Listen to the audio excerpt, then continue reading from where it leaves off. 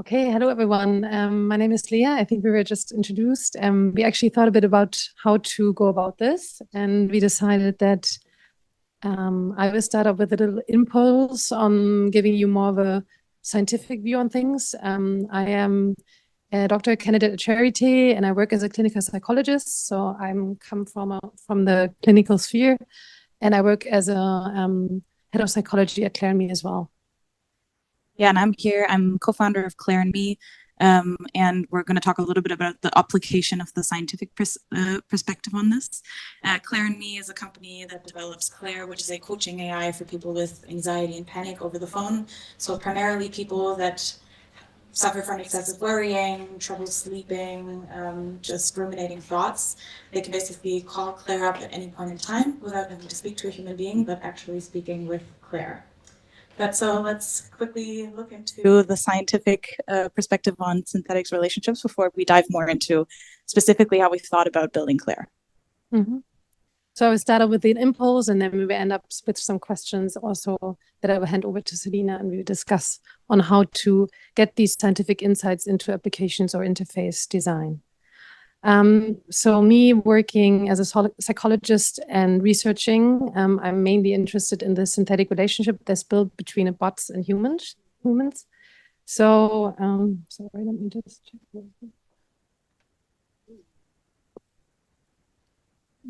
Okay, so these are the three questions I would like to talk about today. So at the start, I mean, I guess this is a bit of a different area. I don't have a background in tech, like I said, but I hope you can follow up if there are any questions in between, just ask. So I would ask the question together with you of what is at the core of this so-called synthetic relationship, give you a bit of a science perspective on it, and also the research we've been doing at Clare&Me. And last but not least, ask the very humble question of how do we ensure a healthy relationship between humans and AI. So I guess for you, the idea of a synthetic relationship, or let's say product attachment between a product and a human, is nothing new. I think we all know that humans get attached to, for example, to their car or to their iPhone, and that is linked to certain beneficial outcomes. So we care for a product, we wait to replace it, we might repair it, and we attach some kind of value to it. So humans also tend to attribute certain characteristics to it, and a product has a certain sentimental value. However, the synthetic relationship with an AI, I would say, is very much different. So it's almost like the superpower product attachment that we can think of. So what is different here, and why am I not concerned about a bond between a human and their car, for example, or their iPhone? What I would say with bots, as you already know, they are powered by AI, generative AI, and they have the power to predict, mimic, and persuade in a way. So we see that bots are getting increasingly good in mimicking human-to-human interactions. It's getting increasingly difficult for humans to differentiate between an interaction with a bot or a human.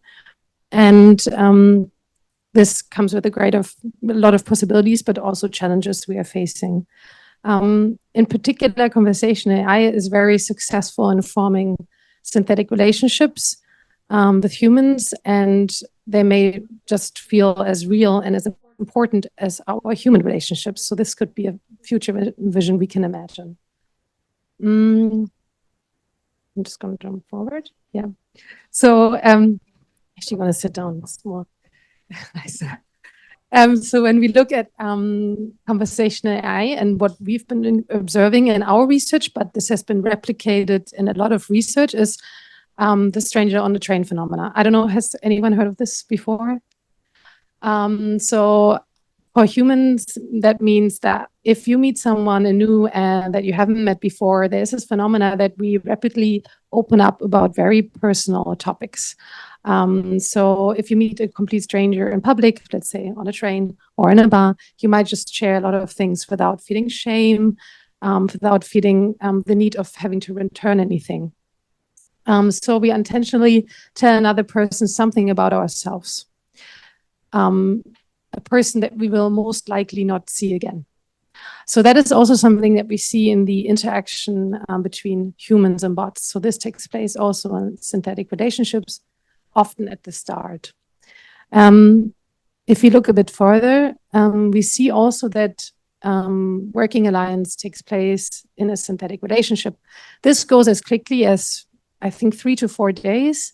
The question remains how long this relationship stays. So what is the long-term and short-term effects of it?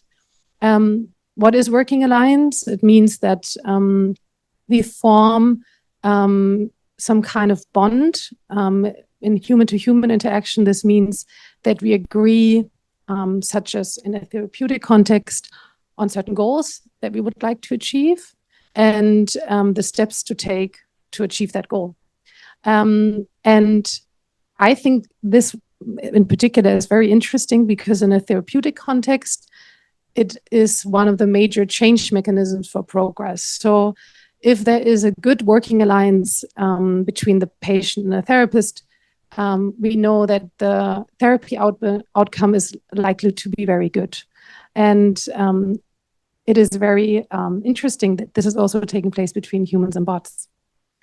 So as you can imagine that AI-human relationships, as it looks, are comparable to human bonding. And as we see also that therapeutic alliance, which is the most important driver of change for progress, and this also takes place between humans and bots, we believe that it's very important to consider this also for the consider this in the user experience and the interface design. Sorry. So if you ask ourselves, how do I ensure a healthy synthetic relationship? I mean, this is a very big question. I think the first step is what we're doing right now to have an interdisciplinary conversation. So we bring together not only the side of the business, but also include the scientific side of things, research and experts in the field. So for a mental health context, this would include psychologists, psychiatrists, medical personnel, but also to think about the end user. So in particular with mental health, we have at the end a user that is very vulnerable, that is forming a synthetic relationship that is new to them. And that is also something to keep in mind when developing applications for a mental health context. So in the end, we have you here, I guess, probably from the field of technology development and product development and UX design, and we all come together. As I would say, with great power comes great responsibility. And I think, last but not least, it would be maybe interesting for you to know a few ethical guidelines that I have to follow. So I wanted to bring this in here because I think, I, as a clinical psychologist, I was trained for over 8 years to get to this working alliance and to maneuver around this personal attachment between human to human. And if this is something happening between humans and bots, and there's this new form of synthetic relationship, this obviously doesn't mean that a bot has to do 8 years of training, and you also don't have to do this kind of training. However, we could learn from each other, and I wanted to share these guidelines with you because I think they could give you some kind of impulse on responsible technology development in the field of mental health and AI. So one of them, I think I'm just going to pick out a few. One of the major ones would be, for example, transparency. So what we have in human-to-human interaction is that we, right at the start, do what's called expectation management. So we talk about what can be done and what can't be done. If this is a right fit, we clarify roles. We draw certain boundaries. So there are a lot of bots out there that allow for you to have a companion, a friend, or a lover. So this would be clearly a red line. And for a therapeutic context, that would mean that we have a therapist bot, and there are different boundaries to pin down. I think the sensibility towards confidentiality is also something that is very important. also because we are transparent about this with the patient and tell them that this is confidential, however, that we will also step away from confidentiality in certain cases, such as suicide. These are also risk cases that we have been discussing, which we will get back to with Celina in a bit. And one of the major points I think that's very interesting for therapy as well is that we promote self-help. So the end goal is always to finish therapy. So you set a goal, you set the exercises, and you want the therapy to end with the outcome of the patient being healthy or not having to go into therapy again. And that is something that we communicate at the start. And we also set a frame on how many sessions and for how long the therapy will go on. And that is obviously very different with the product, which we will also talk about in a bit. So turning towards the application now and how to use these values in product development. I'm going to give the mic. I know you have your microphone. I'm going to hand over to Celina. Yeah, thank you. I think even though obviously as building an AI in the mental health space, obviously we're very close to psychotherapy, but I think we're going to try to abstract everything that we think about, because I don't think it only applies to products that are in the health area or in the mental health area in particular. In learning from how we need to manage or maneuver this specific relationship that humans and AI are formulating. So yeah, maybe in particular the question of how do we ensure a healthy relationship. I mean, Leah, I think outlined really well of what this looks like in a scientific context. And I think when we started developing Clare, we tried to stay really close to what we already know and what science has already validated and learned about how, in general, healthy relationships that are very influential are maneuvered. And I think with the values that Leah just presented, I think just to pick out 3 that we really focus on is trustworthiness, reliability, and helpfulness. And those 3 values in particular are something that have been core to developing our product from the very first day. It's a vision that we talk about every Monday. So every Monday, everyone is going to be blasted with this vision. Everyone knows it by heart within the team. So it's really important for us that everyone knows what this means. And whenever they're making decisions, are as close to these values as they can be. What do they mean in particular to us? So trustworthiness, for example, or transparency means that users always know that they're conversing with an AI. And I think this was very interesting in the beginning. When we started building this 2.5 years ago, a lot of people were like, why don't you just tell people it's a human? It's as great, it feels so similar to conversing with a human being. So why don't you just tell people you can upsell? Oh my God, you can charge 100 euros an hour. That would be great. Great business model. But we said that's unethical. That's something that we don't think is something that should be developed in the way that we converse with AI. So, but it doesn't just start with communicating that someone is speaking to an AI and not a human being, but it's something that a user should be reminded of at crucial parts of the conversation. So, whenever, for example, someone asks Claire if they can hug Claire, Claire doesn't just, it might be in the sense of the relationship to accommodate that, because it would be a very, nice engagement with the user. But Claire would be really distinct in saying that's something that they cannot do. Claire cannot hug someone because they're an AI. And that's something that we continuously bring up in certain parts. Also, Claire doesn't have emotions, so Claire will never say, I know what that feels like. But they will also outline what that means, why they can't feel.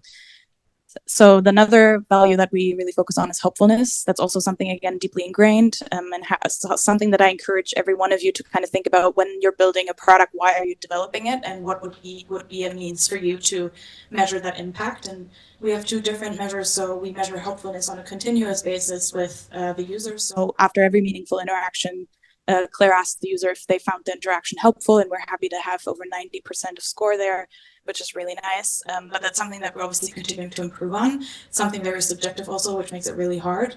But there's also a very objective measure that we're bringing in. So we're conducting a study together with Charité to validate this helpfulness, which is at the core of what we want to do at the same time. And then reliability is also a value that we know from the psychotherapeutic concept in the reference of working alliance. that when releasing new product features or making changes to it, that we're really diligent about what this means to the user. So we've been thinking about changing Claire's voice, because at this point in time, it's my co-founder's voice, Amelia, which has been very nice and human and relatable because it's imperfect. And she has a little bit of a cute German accent, which is nice. People liked it from user research that we did. At this point in time, I think we've outgrown it to some extent, and there's some changes that we want to do to it, but we're really diligent about how to make that change, and it's definitely not something that we can just dump onto our users, but we have to kind of like slowly introduce. But I think like all the great things that we can do, considering like the values with AI, I think there's obviously also a couple of challenges that come with it, which I'd like you to also kind of think about. What are the limitations and how do we handle them? Working so closely with science, I think one of the challenges here is deciding what we want AI to do and what we don't want it to do. I think we've come to a time where it's no longer about what it can and cannot do, but really what we don't want it to do. And I think we've made a conscious decision of, for example, again, like relationship formation, that's to us where there's a limitation. Like we don't want Claire to build friendship-like relationship with the user.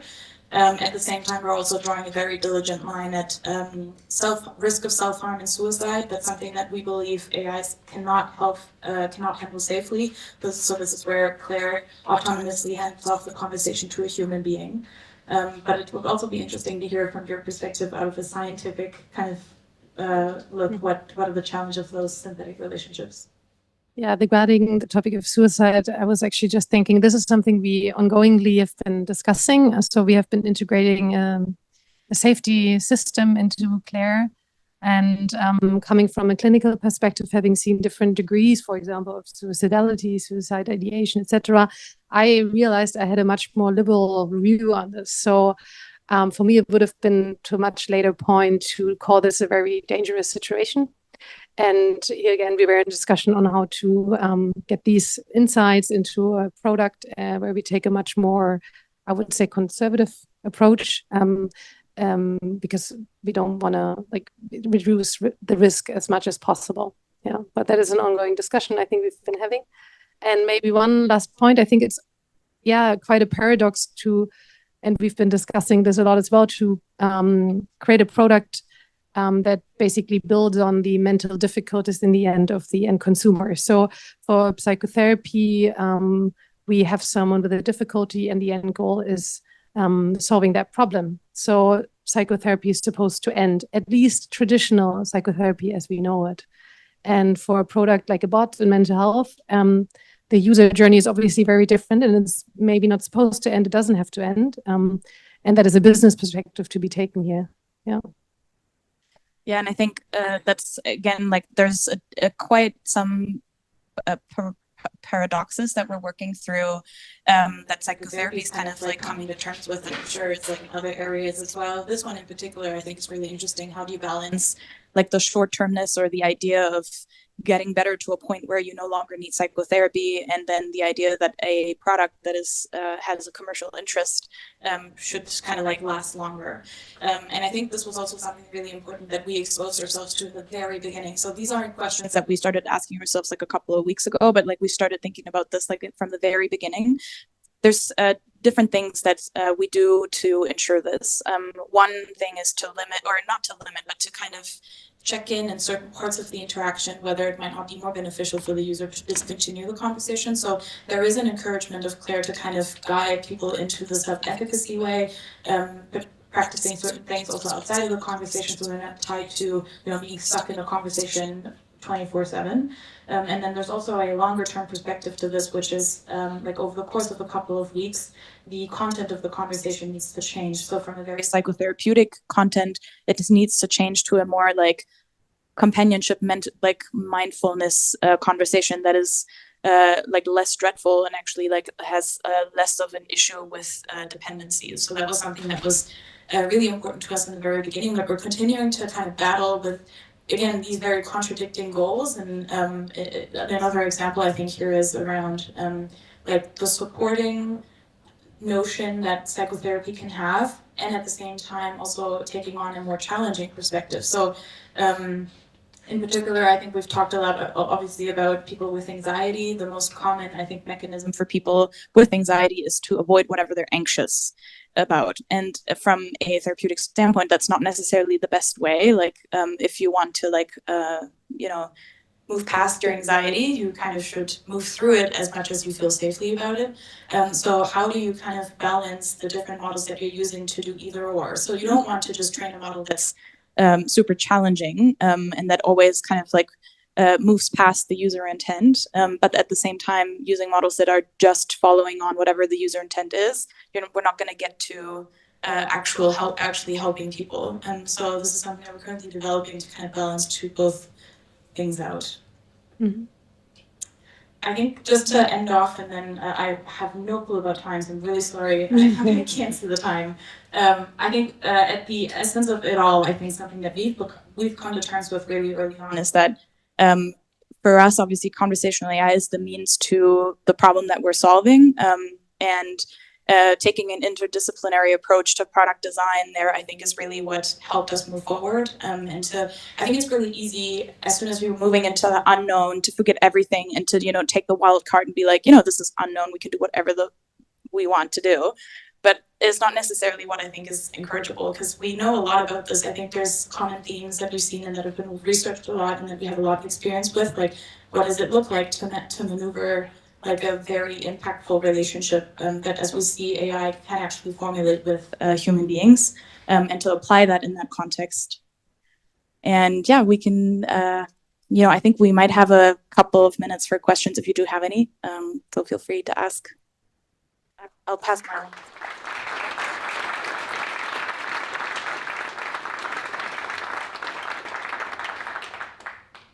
Thank you for your insightful presentation. I was wondering, does your user, I guess they have multiple conversations with this AI agent. Do they consider it to be the same AI agent they're talking to throughout these weeks? How does that psychology work? I'm very curious about that. Yeah, no, there's different agents that come in for different problems and different sort of times that the user is in, but also different problems that the user's uttering. So we have a multi-agent approach in the back end. So as you said, I think like from a content perspective, we're very cognitive behavioral therapy based in the first couple of weeks, and then as soon as we can see an improvement in the mood is what we accommodate, what we attach to this. The content switches to something a little bit more coaching, like mindfulness related. That's a little less therapeutic. I have a question about, I think ChatGPT is one of the most used bots probably in the world at the moment. From the clinical perspective, when you look at these ethical points, how do you think about that? Do you think that they are really doing very good about this, or is there something when we build on top of it that we should maybe be more careful? I mean, I've been using ChatGPT myself. I think it is useful. I think in a lot of ways it can also shed light on new therapeutic methods even. I mean, obviously in the context of bots and applications for users, there have to be some rules in place. I mean, I think especially with sensitive topics, it's good to have expert in the background to oversee what's going on, what are the conversations like, and to be able to step in. So it's more of a human in the loop approach I would always think about when integrating ChatGPT into therapeutic work. Maybe one anecdote, I thought sometimes when during treatment for therapists, and we have a lot of, I mean, for example, the non-responders in schizophrenia and depression. So we know this, even though they've been researched for years. So I think even there might be an interesting application for models such as ChatGPT, but it can also go very wrong. For metaphors, for example, I've been using it a bit, and I can testing it and trying out how, for example, given the prompt of saying, how do you explain a schizophrenic person that they're experiencing schizophrenia? Or what is a good metaphor to explain the etiological model to someone PTSD, what's going on? And it has, I think it's maybe too big of an input, but for example, for PTSD, it gave me the imagery of a landfill with bombs kind of. So you imagine your memories like coming up like bombs on an endfield. And especially for PTSD, that's very insensitive. I would never use that metaphor. It doesn't make any sense. So this is just an example. Yeah. You're being very nice about ChatGPT. Question, or thank you for the presentation. A question on the interface preface. Is it mainly just talking and being filmed, or is it text-based, or how does that work? So it's voice first. So the idea is to get people to talk. That was originally where we came from. There's studies that show that speaking out loud what you're worried about or what you have trouble with actually is a big part in becoming better. And so this is where we started off. I think when we started off, there was WooBot and Wiza. They had messaging-based solutions. To us, it was primarily really important to do voice. And is there, this is the actual question, is there an emphasis on the way things are being said, or, as opposed to the actual text of what I'm saying? Not, let me think. To some extent, yes. It's very limited in some shape or form. It's about like speed and brevity, and so the speed that the user is talking in and the amount of words that are in relation to that. But there's no, at this point in time, there's no integration of the analysis of the tone of voice. And we've thought about this a lot. So there's also some great models that can detect depression from someone's voice. I think this can be really helpful when you're trying to passively track someone's mood or symptoms. Whilst we have people on the phone talking about these things, the accuracy of a model like this has to be extremely high. Because if we were to oppose someone, a user, with a new finding about, their depression, and we might take it wrong, that is extremely dangerous. So we try to, at this point in time, we're still very careful about imposing certain things that we think the user is facing or suffering from, for example, which is why we decided not to, for example, integrate a solution like this. But down the line, in kind of the decision-making, obviously there's a big trend of multimodality. We're also aware of it, that we need to kind of integrate it, but at this point in time, it's fairly limited. We'll do one more. You're smiling, so you're gonna get it. Hello.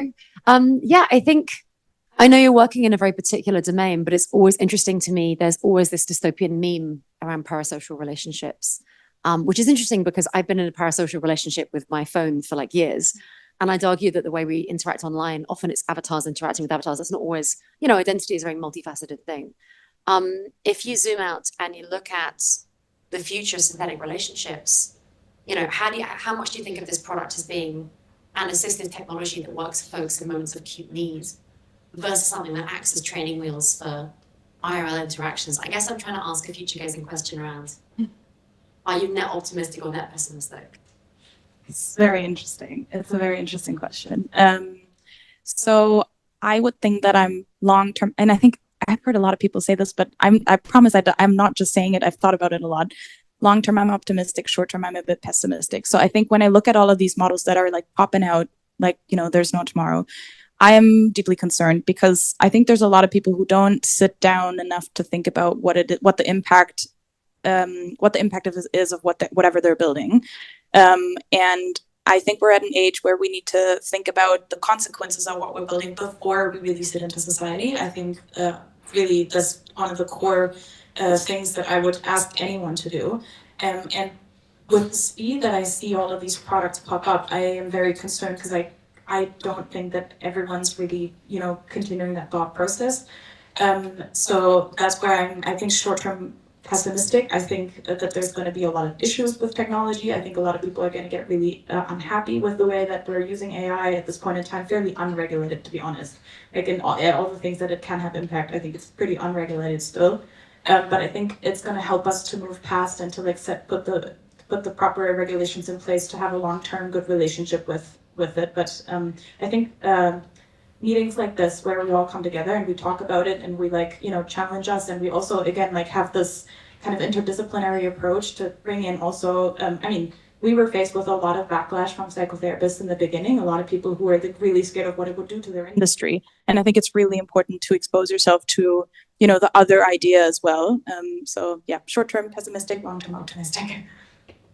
Thank you so much for this presentation.